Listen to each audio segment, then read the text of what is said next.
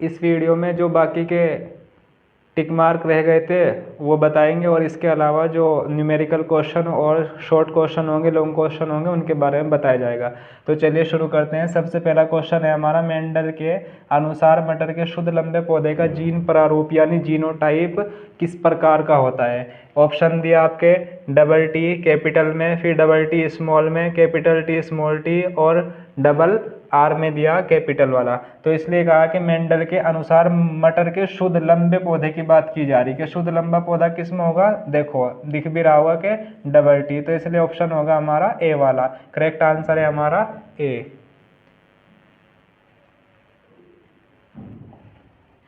उसके बाद next question, अवतल दर्पण द्वारा बना प्रतिबिंब आभासी बन रहा सीधा वस्तु से बड़ा पाया जाता है, वस्तु की स्थिति कहाँ होनी चाहिए।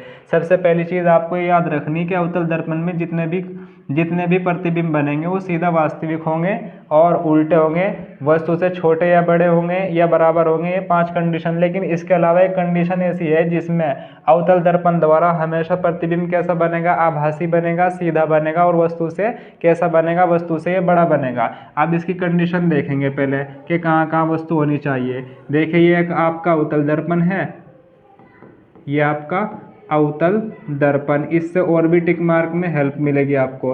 अवतल दर्पण, इसमें देखो कितनी कंडीशन होगी।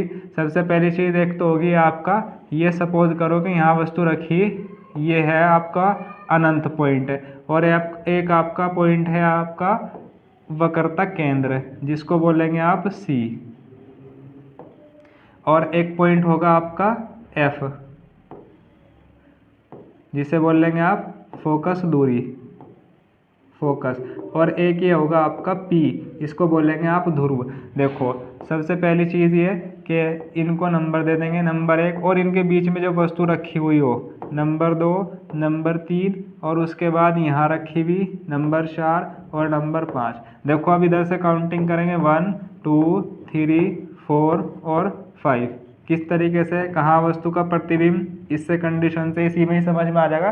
सबसे पहली चीज है, जब वस्तु अनंत पर रखी हुई हो तो इसका प्रतिबिंब कहाँ बनेगा, फोकस पर बनेगा। याद रखना, वस्तु अनंत पर रखी और प्रतिबिंब कहाँ बनेगा, ये कहाँ बन रहा, फोकस पे। वस्तु अनंत पे है, प्रतिबिंब फोकस पे, और वस्तु वक्रता केंद्र और अनंत के बीच में रखी हुई है तो प्रतिबिंब वक्रता केंद्र और फोकस के बीच में बनेगा, ये वाली कंडीशन। तीसरी कंडीशन है कि वस्तु जब वक्रता केंद्र पर रखी हुई है तो प्रतिबिंब भी कहाँ बनेगा, वक्रता केंद्र पर ही बनेगा। और चौथी कंडीशन में है कि जब वक्रता केंद्र और फोकस एफ के बीच में कोई वस्तु रखी हुई है तो प्रतिबिंब कहाँ बनेगा, इसका प्रतिबिंब बनेगा वक्रता केंद्र और अनंत के बीच में, और जब फोकस पे वस्तु रखी हुई है तो अनंत पे बनेगा। सीधी सीधी सी कंडीशन आप ये देखोगे कि जब वस्तु अनंत पे रखी तो प्रतिबिंब फोकस पे बनेगा, और जब फोकस पे वस्तु रखी तो प्रतिबिंब कहाँ बनेगा, अनंत पर बनेगा। वक्रता केंद्र पे रखी तो वक्रता केंद्र पर ही बनेगा, वक्रता केंद्र और अनंत के बीच में रखी तो फोकस और अनंत फोकस और वक्रता केंद्र के बीच में प्रतिबिंब बनेगा। और जब किस पे रखी, फोकस और वक्रता केंद्र के बीच में रखी तो कहाँ बनेगा, अनंत और वक्रता केंद्र के बीच में प्रतिबिंब बनेगा। तो ये 5 कंडीशन है। इसमें देखो सबसे पहली कंडीशन में है कि वस्तु यहाँ रखी तो प्रतिबिंब हमेशा इन 5 कंडीशन में प्रतिबिंब को आप बोलोगे कि वास्तविक है, उल्टा है और दर्पण की तरफ ही बन रहे। लेकिन और इस वाली कंडीशन में, इनमें 2 कंडीशन में तो है कि वस्तु बड़ी है लेकिन प्रतिबिंब छोटे प्राप्त हो रहे, दर्पण के जितने ज्यादा करीब होंगे उतने छोटे होंगे। और एक कंडीशन ऐसी है तीसरी वाली, वक्रता केंद्र पर रखी तो वक्रता केंद्र पर ही बनेगा, वास्तविक है, उल्टा है लेकिन वस्तु के बराबर होगा। 2 कंडीशन ऐसी, जैसे जैसे वस्तु को दर्पण के करीब रखा गया तो प्रतिबिंब दूर बने जा करके, लेकिन अभी भी वास्तविक भी है, उल्टे भी है, लेकिन वस्तु से ये दोनों की दोनों कंडीशन में बड़े हैं। अब ये जिसको टिक मार्क में दिया कि वस्तु फोकस और पी के बीच में रखी, यानी कि यहाँ दर्पण के बहुत ज्यादा करीब हो गया, ये एक छठी कंडीशन ऐसी है जिसमें प्रतिबिंब कहाँ बनेगा, ये प्रतिबिंब आपका बनेगा दर्पण के पीछे। इसे बोल लेंगे ये हमेशा सीधा ही बनेगा और ये आभासी होगा और वस्तु से बड़ा होगा। तो इसने कहा था कि अवतल दर्पण द्वारा प्रतिबिंब आभासी बना, सीधा बना, वस्तु से बड़ा बना, तो वस्तु को कहाँ रखनी चाहिए, यानी वस्तु की स्थिति कहाँ होनी चाहिए। तो देखेंगे मुख्य फोकस और वक्रता केंद्र के बीच में नहीं। देखो वक्रता केंद्र और फोकस के बीच में जो वस्तु रखी हुई है उसका तो प्रतिबिंब दर्पण की तरफ ही बन रहा और वास्तविक बन रहा, तो ये वाली कंडीशन तो हो गई इसके लिए गलत। तीसरा का वक्रता केंद्र पे रखी वस्तु का प्रतिबिंब तो वक्रता केंद्र पर ही बनेगा, वास्तविक होगा, वस्तु के बराबर होगा, उल्टा होगा। यहाँ का वक्रता केंद्र से परे यानी कि वक्रता केंद्र से इधर की ओर। चौथी कंडीशन दी इसने दर्पण के ध्रुव तथा मुख्य फोकस के बीच में, ये वाली कंडीशन दी, दर्पण के ध्रुव और फोकस के बीच में रखी। तो इस स्थिति में कौन सी कंडीशन होगी कि आभासी होगा, सीधा होगा, वस्तु से बड़ा होगा। एक ही कंडीशन में वस्तु से बड़ा बनेगा और सीधा बनेगा। एक कंडीशन ऐसी है जिसमें आभासी होगा। तो ये वाला करेक्ट आंसर आपका इसके लिए डी हुआ। नेक्स्ट क्वेश्चन देखेंगे। कांच का अपवर्तनांक यानी रिफ्रैक्टिव इंडेक्स किस रंग के लिए न्यूनतम होता है? इसके ऊपर जो भी सारी चीजें दी हो, जो अपवर्तनांक, तरंगदैर्ध्य हो गई, विचलन कोण हो गया, इसके लिए देखेंगे। सबसे पहली चीज एक तो होती है आपकी तरंगदैर्ध्य,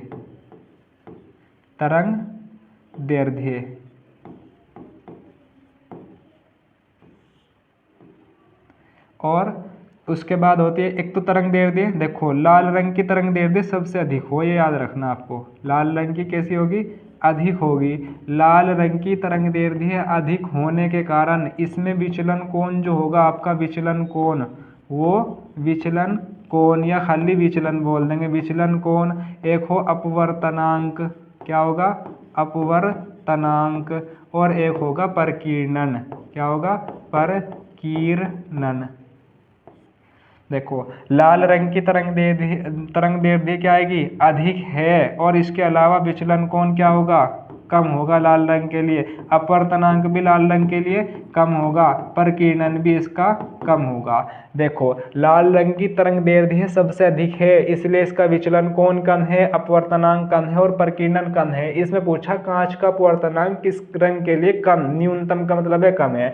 तो अभी आप बताओगे कि लाल रंग के लिए अपवर्तनांक यानी कि अपवर्तन कोण तो न्यूनतम होगा, अपवर्तनांक या अपवर्तन तो लाल रंग के लिए कम होगा। और अगर इसकी बात करते तरंगदैर्ध्य कम किसके लिए है? बैंगनी रंग के लिए कम होगी। बैंगनी रंग के लिए तरंगदैर्ध्य, बैंगनी यानी या बोल लोगे आप नीला, नीले रंग के लिए ये क्या होगी? तरंगदैर्ध्य कम होगी। और इसके अलावा ये जो चीज है कि विचलन कोण इसके लिए अधिक होगा और अपवर्तनांक भी क्या होगा? इसके लिए अधिक होगा और परकीर्णन भी अधिक होगा बैंगनी या नीले रंग का। तो ये याद रखना कि नीले रंग की या बैंगनी रंग की तरंगदैर्ध्य कम है, लेकिन लाल रंग की तरंगदैर्ध्य अधिक है। तरंगदैर्ध्य अधिक होने के कारण तीनों चीजें कम हो जाएंगी, विचलन कोण कम होगा, अपवर्तनांक कम होगा, परकीर्णन कम होगा। इसलिए अगर ये पूछा जाए कि कांच का अपवर्तनांक किस रंग के लिए न्यूनतम है, ये पूछ लिया। अगर इसी में पूछ लिया कि विचलन कौन से के लिए कम है, तो बताओगे लाल रंग के लिए। परकीर्णन कम किसके लिए है? लाल रंग के, लेकिन लाल रंग की तरंगदैर्ध्य अधिक है। तो इसका करेक्ट आंसर कौन सा हुआ? बी। आगे चलेंगे। क्वेश्चन कहा एक उत्तल लेंस की क्षमता 2 डायोप्टर है, इसकी फोकस दूरी कितनी होगी? अब एक चीज है हमारे पास, एक अक्षमता। अक्षमता को किससे डिनोट करेंगे? P4 power 2। और ये डायोप्टर जो है यो इसका मात्रक है। इसकी फोकस दूरी निकालनी, f निकालना है हमें। इस f और p के बीच में एक रिलेशन है, f बराबर 1/p, जहाँ फोकस दूरी मीटर में नापी गई हो। तो इसका p का मान 2 लिखोगे और डिवाइड करोगे तो कितना होगा? 0.5 मीटर। और मीटर को, क्योंकि सारे आंसर यहाँ देखोगे आप सेंटीमीटर में दे रखे, तो आप इसको मीटर को सेंटीमीटर में चेंज करने के लिए 100 से मल्टीप्लाई करोगे तो कितना आ जाएगा? 50 सेंटीमीटर होगा। तो करेक्ट आंसर आपका कौन सा होगा? बी वाला ऑप्शन सही होगा। इसकी फोकस दूरी कितनी होगी? 50 सेंटीमीटर। नेक्स्ट क्वेश्चन देखेंगे। प्रिज्म द्वारा विचलन यानी डेविएशन किस रंग का सबसे अधिक होता है? अभी विचलन की बात करी कि सबसे अधिक की बात करी। क्या बताया था कि लाल रंग की तरंगदैर्ध्य अधिक है और लाल रंग के लिए सबसे कम होगा, विचलन कोण भी, परकीर्णन भी, अपवर्तन भी। लेकिन यहाँ यूँ कहा कि प्रिज्म द्वारा विचलन किस रंग के लिए सबसे अधिक होता है। अब बैंगनी और नीले रंग की तरंगदैर्ध्य कम है, जिसके कारण परकीर्णन अधिक है, इसका विचलन भी अधिक हैगा और इसका अपवर्तनांक भी अधिक है। यहाँ पूछा प्रिज्म द्वारा विचलन किस रंग के लिए सबसे अधिक होता है, तो आप बताओगे बैंगनी या नीला रंग। तो करेक्ट आंसर आपका कौन सा होगा? सी वाला सही होगा। नेक्स्ट क्वेश्चन देखेंगे। चुंबकीय क्षेत्र की तीव्रता का मात्रक क्या होगा? वेबर, टेस्ला या न्यूटन प्रति एम्पियर मीटर, ऑर्स्टेड या गॉस? देखिए चुंबकीय क्षेत्र की तीव्रता का मात्रक टेस्ला या न्यूटन प्रति एम्पियर मीटर होगा। ये करेक्ट आंसर आपका बी होगा। नेक्स्ट क्वेश्चन देखेंगे, फ्लेमिंग के बाएं हाथ के नियम में अंगूठा किसकी दिशा प्रदर्शित करता है। आपने पढ़ा होगा फ्लेमिंग के बाएं हाथ का नियम। देखो इस तरीके का कुछ डायग्राम बनाओगे आप, ये तो समझ लो कि ये आपका अंगूठा है और ये अंगूठे के पास वाली उंगली है, ये वाली किस चीज़ को दिखावेगी। इसने कहा था फ्लेमिंग के बाएं हाथ का नियम इस तरह से था कि यदि हम अपने बाएं हाथ के अंगूठे और उसके पास वाली दोनों उंगलियों को इस प्रकार फैलाए कि तीनों एक दूसरे के लंबवत हो, लंबवत यानी कि 90 डिग्री के एंगल पे झुके हुए हों। इस तरीके से यहाँ को आपको ऐसा नज़र आ रहा हो कि देखो इस तरीके का कुछ एंगल बना हुआ कि यहाँ 90 डिग्री का बना, यहाँ 3 डिमेंशन में देखोगे यहाँ 90 डिग्री का, यहाँ 90 डिग्री का, यानी 90 डिग्री का एंगल बना होगा।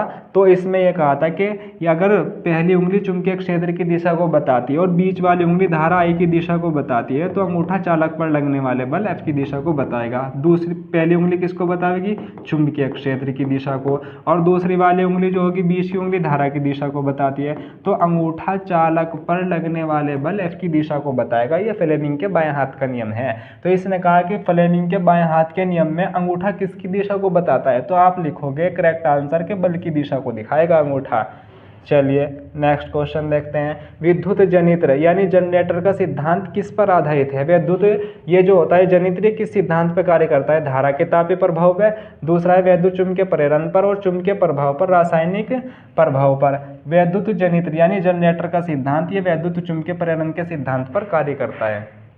नेक्स्ट क्वेश्चन देखेंगे, इसने कहा सौर सेल यानी सोलर सेल बनाने के लिए किस तत्व का उपयोग किया जाता है। ऑप्शन दिया आपको लोहे का, तीसरा सिलिकॉन का, तांबे का, चांदी का। तो करेक्ट आंसर होगा आपका बी वाला, सिलिकॉन का यूज किया जाएगा। नेक्स्ट क्वेश्चन देखेंगे, मनुष्य में लिंग गुणसूत्र यानी सेक्स क्रोमोसोम्स के कितने युग्म यानी पेयर होते हैं। अब देखोगे मनुष्य में लिंग गुणसूत्र यानी सेक्स क्रोमोसोम्स के कितने युग्म पेयर होते हैं, 1 जोड़ी, 2 जोड़ी, 22 जोड़ी। तो करेक्ट आंसर है आपका 23 जोड़ी।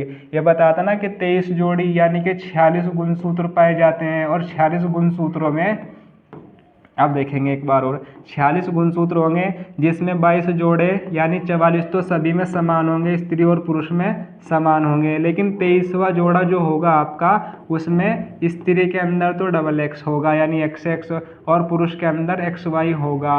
इसी में से हमेशा जब जनन प्रक्रिया के दौरान स्त्री के अंदर से तो हमेशा X जाएगा, लेकिन इसका क्या जाएगा, अगर पुरुष का X गया तो यहाँ क्या प्राप्त होगा, पुत्री। और दूसरी चीज़ अगर इसका तो X ही जाना है स्त्री के अंदर से, और इसका क्या गया, Y गुणसूत्र गया, तो यहाँ प्राप्त होगा पुत्र। तो इस प्रकार के गुणसूत्र जो है ना, गुणसूत्र जो हैंगे आपके ये वाले XX यानी XX और XY, इन्हीं के ऊपर आपका डिपेंड करेगा कि संतान पुत्र होगा या पुत्री। इसने कहा कि कितने युग्म पेयर होते हैं, तो 23 जोड़े होंगे, और अगर इनकी संख्या देखी जाए तो ये कितनी होगी, 46 होगी। तो करेक्ट आंसर आपका डी। नेक्स्ट क्वेश्चन देखें, किलोवाट घंटा किस भौतिक राशि का मात्रक है। विद्युत सामर्थ्य का, विद्युत आवेश का, विद्युत ऊर्जा का, विभवांतर का। ये तो आपका विभवांतर, किसके विभवांतर का मात्रक, ये खुद एक वोल्ट हैगा इसका मात्रक, विद्युत ऊर्जा। इसने कहा किलोवाट घंटा किस भौतिक राशि का मात्रक है, किलोवाट घंटा विद्युत ऊर्जा का मात्रक है, क्योंकि ये किलोवाट घंटा जो है ना ये यूनिट के अंदर, ऊर्जा के अंदर नापी जाती है, इसलिए विद्युत ऊर्जा का मात्रक किलोवाट घंटा। करेक्ट आंसर इसका हो गया सी। नेक्स्ट क्वेश्चन देखेंगे, एक घर में 500 वाट का फ्रिज 10 घंटे प्रतिदिन चला जाता है, 30 दिन में कितने यूनिट बिजली खर्च होगी।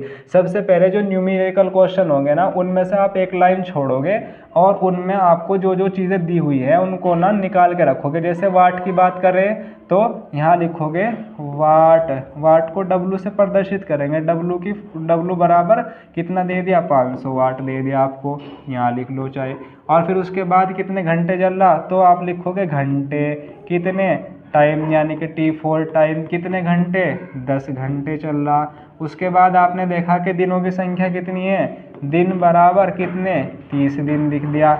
और 30 दिन उसके बाद इसने कहा कि यूनिट बिजली खर्च होती है, तो यूनिट निकालने का एक फॉर्मूला है आपका, यूनिट बराबर जितनी बिजली खर्च हो रही वाट गुना घंटे और गुना दिन, दिनों की संख्या और बटे में 1000। ये वाला एक फॉर्मूला है, बहुत ईजी सा फॉर्मूला है, वाट गुना घंटे गुना दिन और बटे में 1000। वाट कितना आएगा, ये 500 वाट है। उसके बाद घंटे कितने आएंगे, 10, और दिन कितने चल रहे, 30, और अपॉन में कितना आना है 1000। एक जीरो से एक जीरो कैंसिल हुई, दूसरी जीरो से दूसरी जीरो, तीसरी जीरो से तीसरी जीरो, ऊपर कितना बचा 50 और गुना में 1 और गुना में 3, 3 क्या मल्टीप्लाई हुई 3 एकम 3 और 0 3 पंजे कितना हो गया 50। तो इतनी यूनिट ऊर्जा खर्च होगी। कितनी यूनिट होगी 150 यूनिट ऊर्जा खर्च होगी आपकी। एक बार और देखेंगे, एक घर में 500 वाट का एक फ्रिज 10 घंटे प्रतिदिन चलता है, 30 दिन में कितनी यूनिट बिजली खर्च होगी। पहले लिख दिया वाट 500 दे रखा था, घंटे 10 दे रखा था और 30 दिनों के लिए चलाया जा रहा था। यूनिट बराबर वाट गुना घंटे गुना दिन और अपॉन में 1000। कितने वाट थे 500, घंटे 10 थे और 30 दिन के लिए चल रहे थे। तो 0 से 0 कैंसिल हो, इनकी मल्टीप्लाई कर दी तो 150 यूनिट आ गया निकल के। Next question,